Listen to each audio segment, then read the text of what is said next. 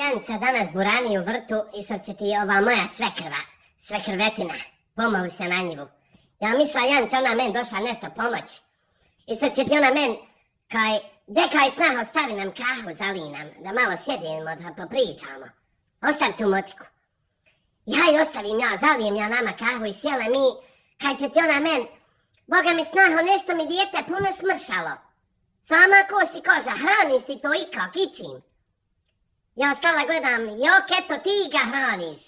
Oj, mati Božja, pa onog vola ne mere merhamet nahranit koliko to žderi. Samo se mislim s tobom kad je bio, nije ga imao čovjek zašta ufatit, a vid sad.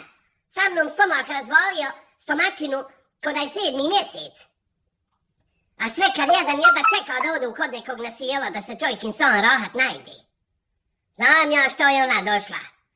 Samo došla da me ujeda. Et što?